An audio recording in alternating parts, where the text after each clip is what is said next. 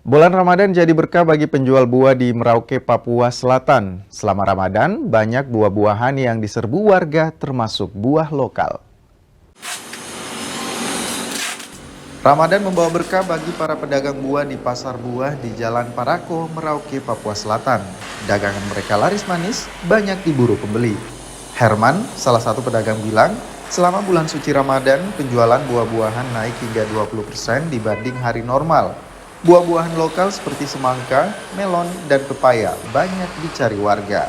Kenaikan harga ada terutama untuk buah lokal ya. Buah lokal itu kayak semangka, melon, pepaya itu pasti naik. Kalau untuk soalnya bergantung cuaca juga.